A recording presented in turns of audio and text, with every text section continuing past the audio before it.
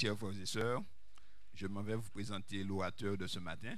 Il s'agit du pasteur l'ancien Rosan, qui est le chef du secteur Sud-Ouest Grande-Terre. Il est responsable de l'église des Abîmes et du Rézé. Et aussi, il est marié et père de 3 enfants. Donc, il a ses 2 fils avec lui. Je vois ce que c'est toi. Voilà. Oui, il y en a un qui baisse la tête. On peut dire coucou. Voilà. Donc, nous souhaitons la bienvenue à Pasteur l'Ancien et à ses garçons. Et maintenant, avec la grâce de Dieu, nous sommes prêts à écouter ce que le Seigneur lui a confié en ce matin. Donc, Pasteur, bienvenue. Je te laisse la place. Voilà. D'accord. Frères et sœurs, bonjour. Et bon sabbat.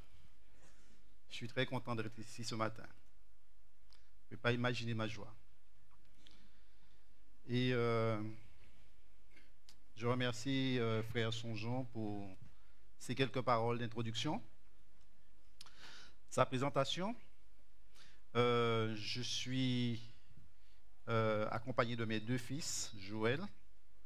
Tu peux te mettre debout, Joël? On le connaît très bien à Boissard. Et Jémuel. Voilà. Mais j'ai aussi un autre fils qui n'est pas ici, c'est Jérémie. Mon épouse n'est pas présente parce qu'elle a perdu son père et elle a dû partir à la Martinique. L'enterrement a eu lieu hier. Et elle revient demain, mais elle me charge de vous transmettre ses salutations fraternelles en Jésus-Christ. Et certainement, dans une autre occasion, elle viendra adorer avec nous. Frère Songeon vous a dit que je suis le chef du secteur, je suis le coordinateur du secteur. Je suis là pour coordonner les activités du secteur. On dit chef, mais je n'aime pas trop cette terminologie de chef.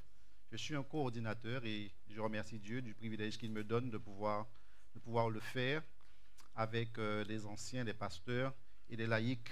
Et je dis gloire à Dieu pour le travail qui est fait ici à l'église de la Brousse. Il vous a dit également que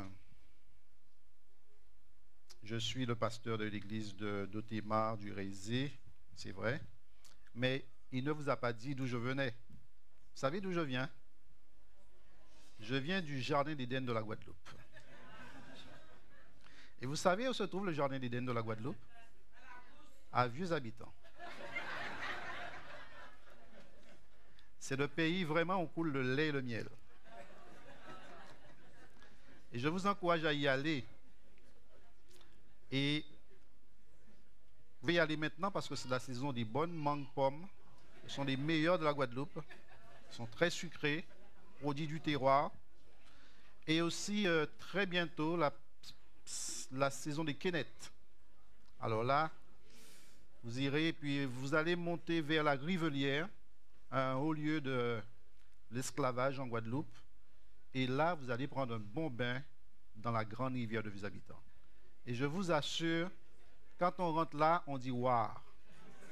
C'est très agréable, on se fait masser le corps et c'est gratuit. Et là où vous passerez, vous dites « c'est Rosan qui vous envoie » et vous recevrez un grand accueil. J'ai un frère, un petit frère, il me taquine souvent. Et il me dit que tu ne connaîtras jamais la joie d'avoir une fille. Parce que tu as 3 garçons. Et tu ne connaîtras jamais la joie d'être le père d'une fille. Et dernièrement, il est venu à la maison, il me l'a encore dit. Et cette fois-ci, je l'ai regardé, je lui ai dit, écoute, toi, tu es père de 2 filles. Mais moi, avant de mourir, j'aurai 3 filles. Parce que chacun de mes garçons vont me donner une fille. Et ce seront 3 belles filles. Et je rends gloire à Dieu de ce privilège qu'il me donne de pouvoir bénéficier de l'amour de mes enfants. Et je le souhaite de mes petits-enfants très bientôt. Vous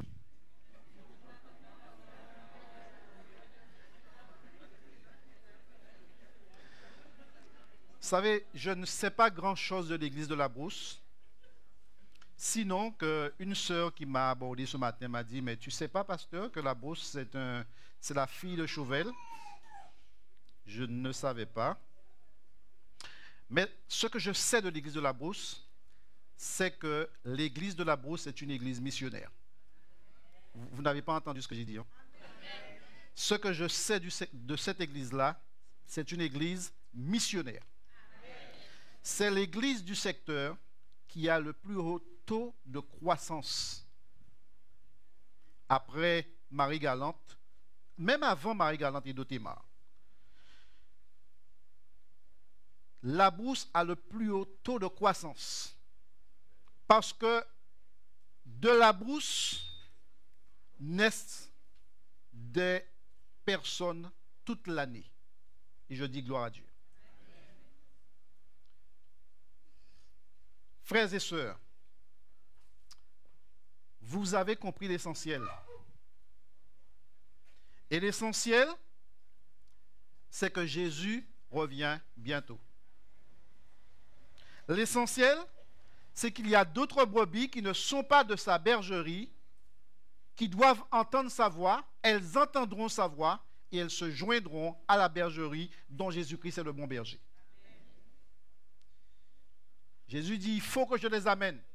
Alors il y aura un seul troupeau et un seul berger. Vous avez compris cela. Et vous avez aussi compris que l'urgence du temps, nous n'avons pas beaucoup de temps devant nous pour réaliser cette mission. Arracher, s'il était possible, des âmes des mains de l'ennemi pour les amener à Jésus-Christ. Les prendre des ténèbres pour les amener à la lumière au nom de Jésus-Christ. Et je voudrais vous encourager à vivre ce que vivaient les chrétiens de l'Église que nous trouvons dans le livre des Actes des Apôtres, chapitre 2, qui dit qu'ils étaient toujours rassemblés ensemble. Et qu'est-ce qu'ils faisaient? Ils étaient dans le partage. Ils rompaient le pain ensemble. Ils étaient dans l'étude de la parole de Dieu. Et qu'est-ce qu'ils faisaient? Ils étaient dans la prière. Ils prêchaient l'évangile. Et le Seigneur faisait quoi? Chaque jour, il ajoutait à son Église ceux qui étaient sauvés. J'aimerais vraiment vous encourager à le faire. Et je prie pour qu'il en soit ainsi et que l'église de la Brousse qui est placée ici comme un phare, eh bien, puisse briller pour que ceux qui sont dans les ténèbres voient la lumière, celle qui conduit à Jésus-Christ. J'aimerais, avant de pouvoir partager avec vous, vous inviter à prier avec moi. Notre Père et notre Dieu, de la même manière que tu as inspiré cette parole, je te prie, ô Dieu, d'être avec ton serviteur et avec tous tes enfants qui sont venus écouter ta parole, pour que nous puissions comprendre et que ce message soit délivré avec clarté, avec force et puissance, et que les cœurs soient touchés au nom de Jésus-Christ. Amen.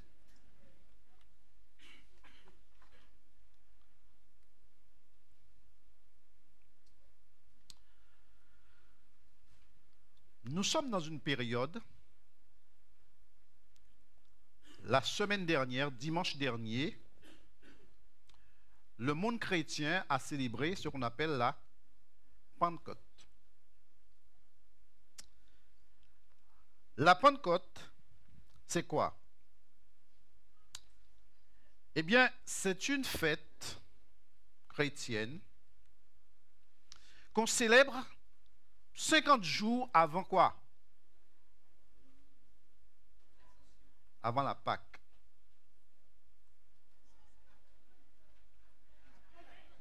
Après la Pâque. C'est-à-dire la Pâque précède la Pentecôte. C'est bien ça, hein? Alors, puisque nous venons de sortir dans cette période-là et que c'est encore frais dans notre tête, j'ai intitulé le message d'aujourd'hui « L'impact de Pâques à l'heure de la Pentecôte ». Quel est le titre du message? Quel est l'impact de Pâques à l'heure de la Pentecôte?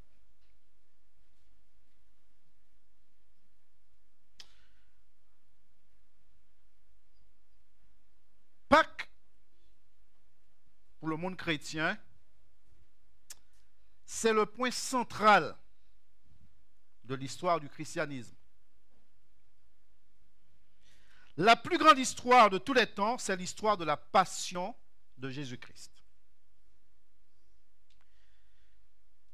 Maintenant, il y a une différence entre la compréhension et la célébration de Pâques entre le juif et le chrétien. Pour le juif, la Pâque, on l'appelle encore la Pessa, eh bien, trouve sa signification quand le peuple était esclave en Égypte. Et qu'est-ce que Dieu va faire?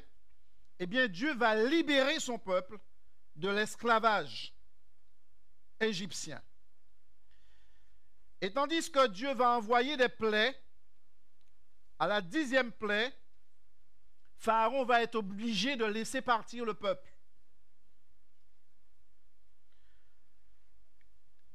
Et à la 10e plaie, je ne sais pas si vous vous rappelez, quelle était cette 10e plaie? Quelle était cette 10e plaie déjà? Et donc, Dieu avait donné l'ordre aux Israélites de tuer un agneau, de prendre son sang et de badigeonner les linteaux et les poteaux des maisons, des portes, de ce sang. Et lorsque l'ange de la mort allait passer, eh bien, l'ange devait passer outre. C'est pourquoi, en anglais, on dit le Passover, passer au-dessus. C'est cela, la Pâque. Donc, pour le juif, c'est la libération de l'esclavage du péché. Pour le chrétien, c'est la libération de l'esclavage, de notre esclavage, l'esclavage du péché. Parce que Jean, qui voit Jésus venir à lui, il dit quoi? Voici quoi? L'agneau de Dieu qui fait quoi?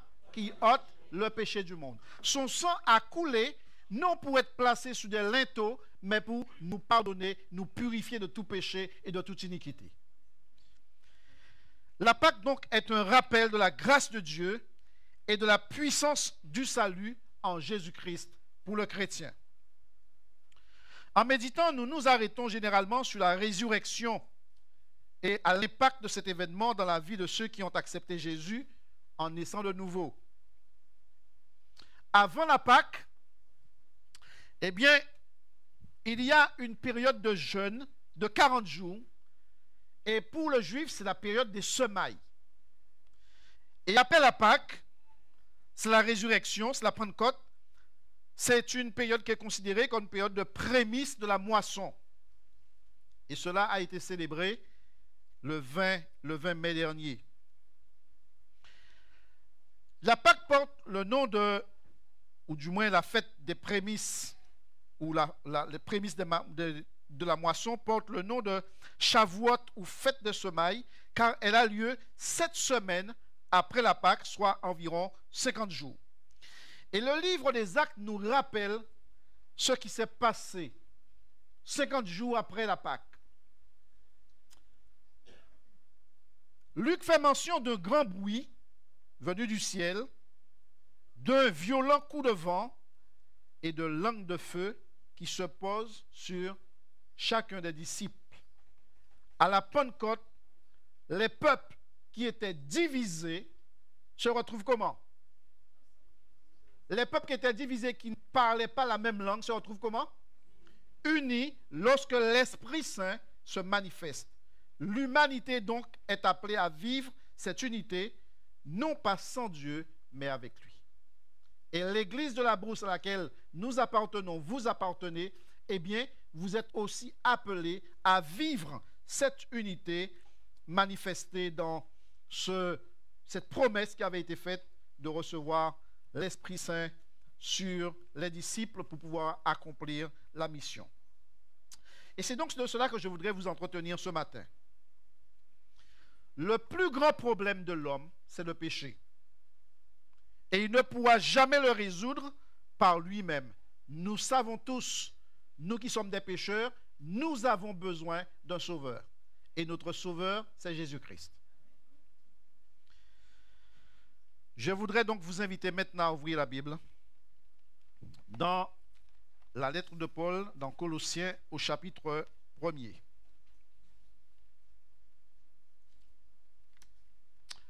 Colossiens au chapitre 1er.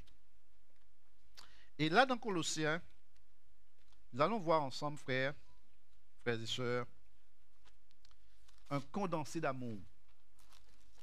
Comment Dieu et Jésus-Christ nous a aimés. Et j'aimerais inviter quelqu'un de l'Assemblée à me lire, se tenant debout, à lire bien fort, ce passage qui se trouve dans Colossiens chapitre 1er, à partir du verset 12 jusqu'au verset 14.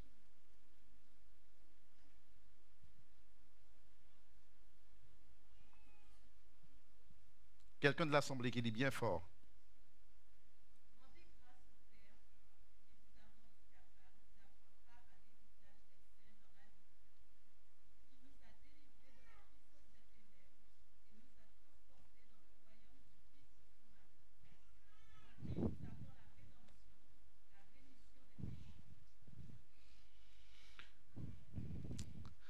Dans ce court passage,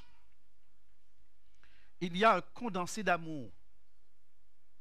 J'aime beaucoup ce passage parce que ce passage renferme tout sur ce que Christ a fait pour vous et pour moi. Il y a les 4 aspects du salut que Christ a accompli pour nous. La première chose qu'il a accompli, c'est quoi? Nous dit Paul, au verset 13. Il nous dit au verset 12, « Rendez grâce au Père qui vous a rendu capable d'avoir part à l'héritage des saints dans la lumière et qui nous a fait quoi? Il nous a premièrement fait quoi? Délivrés. Cela signifie qu'il nous a sauvés du danger. Nous étions en difficulté, nous étions en perdition et qu'est-ce qu'il fait? Il va venir et va nous délivrer. Nous ne pouvions pas nous délivrer nous-mêmes de la culpabilité, de la sentence du péché. Jésus pouvait le faire et Jésus l'a fait. Maintenant, je dis cela, peut-être que vous ne comprenez pas. Jésus pouvait nous délivrer et il nous a délivrés. Parce que parfois, on a le pouvoir de faire quelque chose, mais on ne le fait pas. Vous avez le pouvoir de dire non à un péché. Vous avez le pouvoir de dire non à une mauvaise habitude. Et qu'est-ce que vous faites? Vous ne le faites pas. Jésus avait le pouvoir de nous délivrer et Jésus nous a délivrés. Il nous demande aussi, nous aussi, frères et sœurs, qui faisons partie de sa famille, nous étions des ténèbres, il nous a délivrés, il nous a amenés à sa lumière. Il nous demande, nous qui avons le pouvoir de délivrer quelqu'un, de le faire au nom de Jésus-Christ. Quelqu'un qui est enchaîné par nous, quelqu'un qui est enfermé par nous, que nous refusons de délivrer. Nous avons le pouvoir de le faire en pardonnant cette personne. Comment Jésus nous a-t-il délivrés? En mourant à notre place. C'est ça? Il nous a fait grâce, il nous a rachetés, il nous a fait grâce. Pourquoi nous avons le pouvoir de faire grâce, ne faisons-nous pas grâce? Combien de personnes qui ont besoin d'être délivrées par nous et qui sont là enchaînées? Combien sont dans le monde, autour de nous, dans notre voisinage, dans notre famille, qui sont là et qui ont besoin de délivrance, mais qui sont captifs? Et nous sommes là, nous avons le pouvoir, nous ne faisons rien. Jésus avait le pouvoir et Jésus l'a fait pour nous. Et il nous demande aussi de faire pareil. Amen. Non seulement, comme si ce n'était pas suffisant de nous délivrer, que nous dit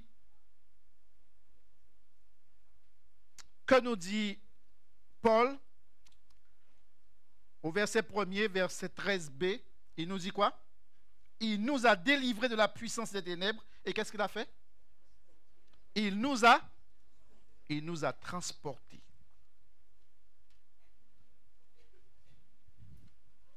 C'est intéressant ça. Il nous a délivrés et il nous a transportés. Il nous a transférés dans son royaume de lumière et il nous a donné la victoire sur le royaume des ténèbres et sur Satan. Dans la parole de Dieu, et particulièrement j'ai pris un exemple que nous trouvons dans Daniel chapitre 2. Lorsqu'un roi, un empereur prenait un peuple en otage, on disait qu'il l'assiégeait. Nebuchadnezzar va assiéger, il va marcher contre Jérusalem et il va assiéger Jérusalem. La 3e année du règne de Joachim, roi de Juda, Nebuchadnezzar, roi de Babylone, marcha contre Jérusalem et il l'assiégea. Et quand un roi assiégeait, vous savez ce qu'il faisait? Il faisait une déportation. Il faisait un transfert. Il les a pris à Jérusalem pour les amener où ça? À Babylone. Il va les transférer. Eh bien, nous aussi, frères et sœurs, Christ qui nous a délivrés, nous a aussi transférés. Les rois et les empereurs transféraient des vaincus. Vous êtes d'accord avec moi ou pas? Vous êtes avec moi? Les rois et les empereurs, quand ils assiégeaient, ils transféraient, ils déportaient des vaincus. Mais Jésus-Christ a transféré des vainqueurs. Amen. Parce qu'avant de nous transférer, qu'est-ce qu'il va faire? Il va nous délivrer. C'est pas ce que nous venons de voir. Avant de nous transférer, qu'est-ce qu'il va faire? Il va donc nous délivrer. Donc nous ne sommes pas des vaincus qui sont transférés, mais nous sommes des vainqueurs transférés. Vous voyez la différence? C'est-à-dire qu'il nous a rachetés, il nous a relâchés comme si nous étions en prison par le paiement d'une rançon. Maintenant, Christ n'a pas payé une rançon à Satan parce qu'il nous a pris des ténèbres, du royaume des ténèbres, et qu'est-ce qu'il va faire? Il va nous amener, où cela? À la lumière, dans son royaume. Il n'a pas payé une rançon à Satan, mais il a répondu aux exigences de la loi de Dieu. Il a toute la différence. La rançon payée par la foi en Christ, alors nous sommes libérés.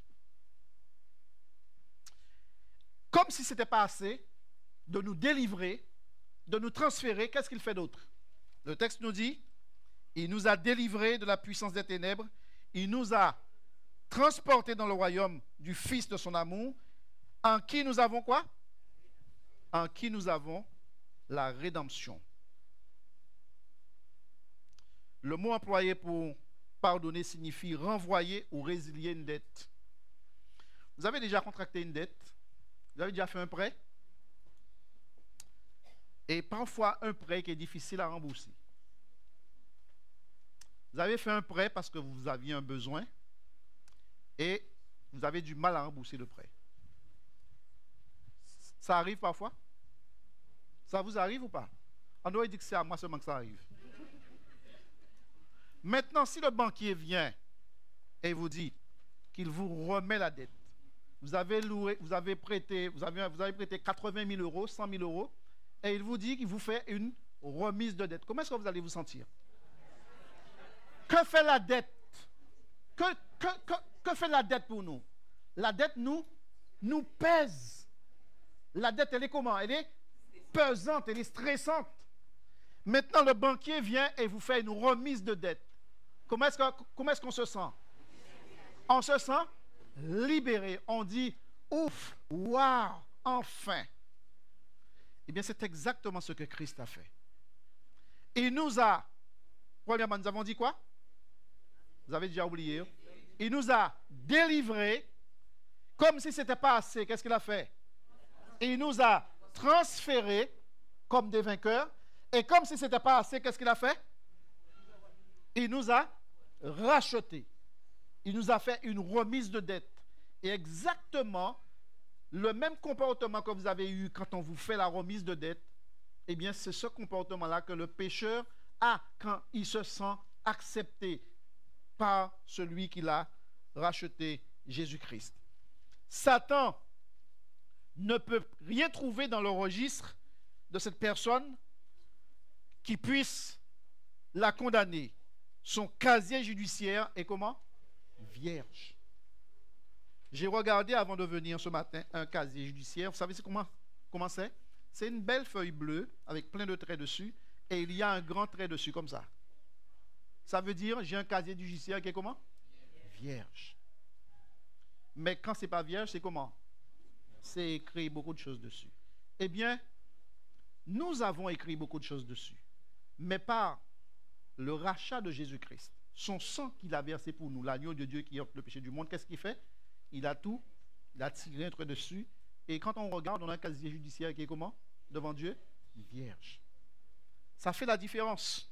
Je peux vous dire qu'avoir un casier judiciaire vierge fait la différence aujourd'hui. Frères et sœurs, nous ne méritions pas d'être pardonnés, mais Christ nous a pardonnés. Amen. Ceux qui nous ont offensés, méritent-ils d'être pardonnés pour ce qu'ils ont fait? Hein? Alors, s'ils méritent d'être pardonnés, pardonnons.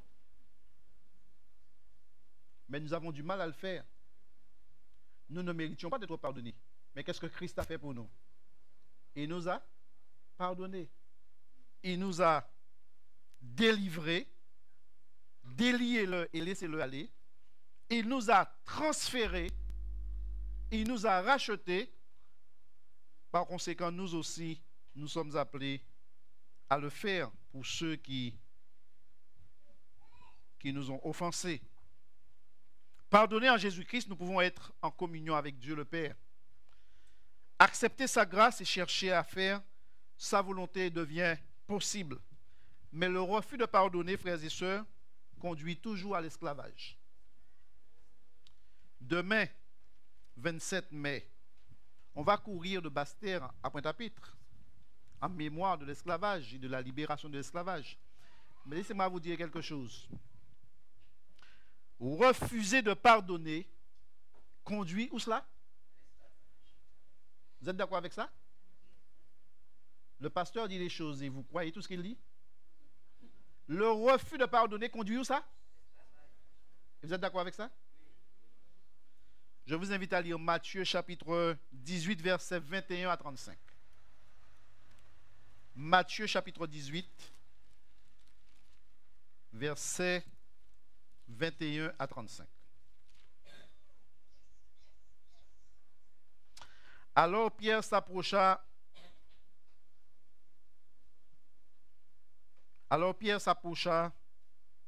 Au verset 18.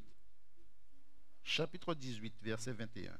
Alors Pierre s'approcha et lui dit: Seigneur, combien de fois pardonnerai-je à mon frère lorsqu'il péchera contre moi? Sera-ce jusqu'à 7 fois?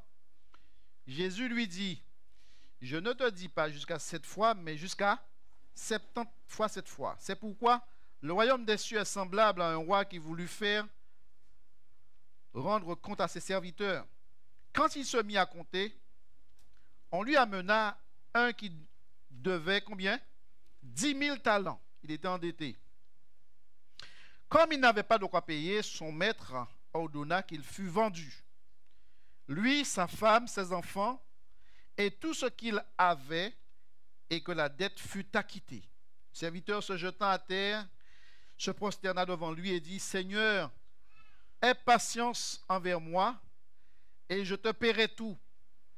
Ému de compassion, le maître de ce serviteur le laissa aller et lui remit la dette. Après qu'il fut sorti, ce serviteur rencontra un de ses compagnons qui lui devait combien? 100 deniers. Il le saisit et l'étranglait en disant: paie ce que tu me dois.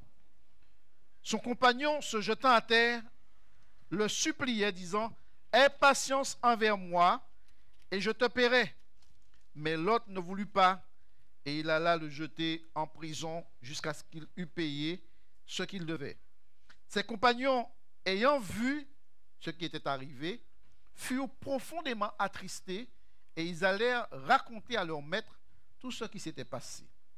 Alors le maître fit appeler ce serviteur et lui dit: méchant serviteur, je t'avais remis en entier ta dette parce que tu m'en avais supplié. Ne devrais-tu pas aussi avoir pitié de ton compagnon comme j'ai eu pitié de toi? Et son maître irrité le livra au bourreau jusqu'à ce qu'il eût payé tout ce qu'il devait. C'est ainsi que mon Père céleste vous traitera si chacun de vous ne pardonne son frère de tout son cœur. Le refus de pardonner nous conduit où cela? En esclavage.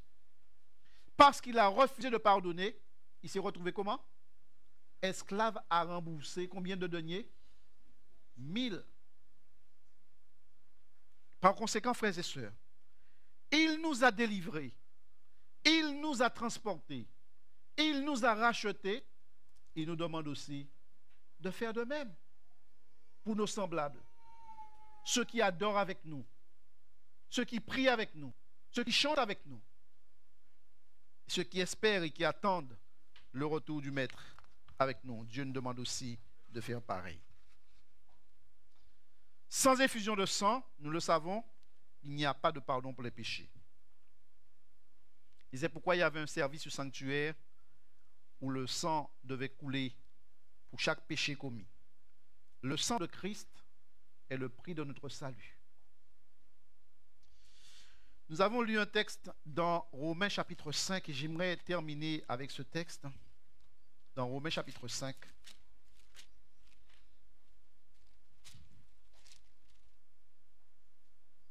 Versets 7 et 8. Il est dit, à peine mourrait-on pour un juste. Quelqu'un peut-être mourrait-il pour un homme de bien. Mais Dieu prouve son amour envers nous en ce que lorsque nous étions comment? Des pécheurs, Christ est mort pour nous. À plus forte raison donc, maintenant que nous sommes justifiés par son sang, serons-nous sauvés par lui de la colère. À peine mourrait-on pour quelqu'un. On mourrait peut-être pour quelqu'un de bien, mais Christ il est mort pour qui? Pour des pécheurs, pour des impies. Je connais un homme, et vous avez entendu certainement son histoire, le 23 mars, qui a donné sa vie pour une femme. Il s'appelle, je crois, Arnaud Beltrame. Vous avez entendu ce nom à la télé, à la radio? C'est un colonel de la gendarmerie, un lieutenant-colonel de la gendarmerie. Une femme était prise en otage, une caissière, elle était la dernière. Et soit par stratégie ou soit par je ne sais quoi, mais ce gendarme s'est substitué à cette femme. Et le terroriste a libéré la femme et ce gendarme, il est mort.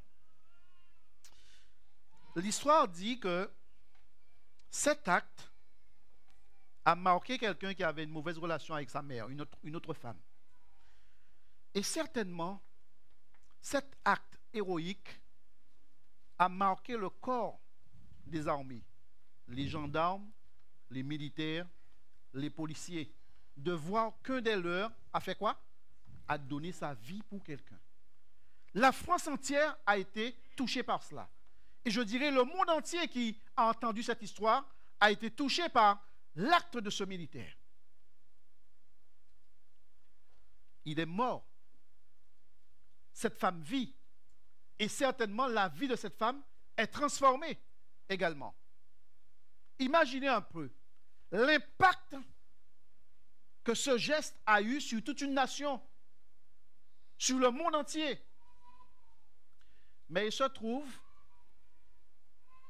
que celui qui est mort a besoin lui-même que quelqu'un meure pour lui, pour qu'il ait la vie sauve.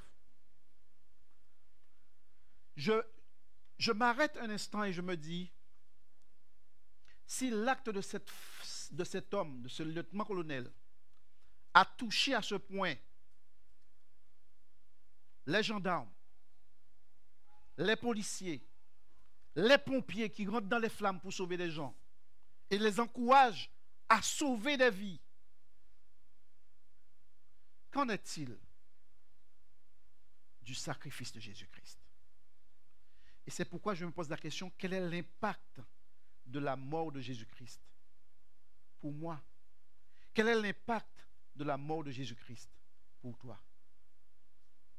À peine mourrait-on pour un homme de bien, pour un juste, mais Christ, autant marqué, il est mort pour des impies, pour des pécheurs. C'est pour vous qu'il est mort, c'est pour moi qu'il est mort. Qu'est-ce que ça te fait? Quel est l'impact de Pâques à l'heure où le Saint-Esprit descend sur l'Église? Quel est l'impact de la mort de Jésus-Christ sur toi? Qu'est-ce que ça te fait? Jésus est en train de se battre pour vous sauver et vous êtes en train de vous battre pour rester dans la perdition. Le temps est court. Le message a été prêché dans les maisons. Le message est prêché du haut de la chair. À chaque réunion qui a eu lieu ici. Vous entendez cette bonne nouvelle.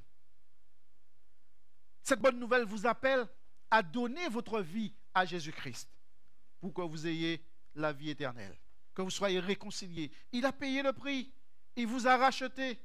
Il vous a délivré. Il vous a pris des ténèbres pour vous amener à la lumière. Quel impact que cela a sur ta vie? Es-tu prêt aujourd'hui à te reconsacrer? Es-tu prêt, toi qui n'as pas encore donné ta vie à Christ, à le faire, tandis qu'il est encore temps? Jésus nous appelle aujourd'hui, frères et sœurs, à le faire. Le temps qui est devant nous, c'est un temps de grâce. Ce n'est pas qu'il tarde dans l'accomplissement de sa promesse, comme quelques-uns le croient, mais qu'est-ce qu'il fait? Il use de patience, ne voulant qu'aucun périsse, mais que tous parviennent à la repentance. Repentez-vous et soyez sauvés. Jésus dit dans Jean 14 que votre cœur ne se trouble point, n'ayez pas peur. Vous avez péché, vous êtes allé loin. Croyez en Dieu et croyez en moi. Il y a plusieurs demeures dans la maison de mon Père. Si cela n'était pas, je vous l'aurais dit. Qu'est-ce qu'il a dit? Je vais vous préparer une place. Et lorsque je m'en serai allé, que je vous aurai préparé une place, qu'est-ce qu'il a dit? Je reviendrai et je vous prendrai avec moi, afin que là où je suis, vous y soyez aussi. Regardez ce qui se passe autour de vous.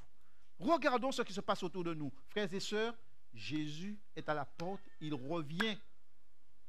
Repentez-vous et que chacun de nous, nous ayons la vie éternelle. Pardonnons-nous mutuellement. Réconcilions-nous les uns avec les autres. Libérons ceux qui sont captifs. Laissons-les aller. Comme Lazare qui était mort. Déliez-le. Laissez-le aller. Pardonnez la personne. Soyez en paix les uns avec les autres. Soyez en paix avec Dieu pour que nous soyons en paix avec nous-mêmes. Et lorsque Christ reviendra, qu'il nous trouve tous prêts pour être enlevés avec lui pour l'éternité.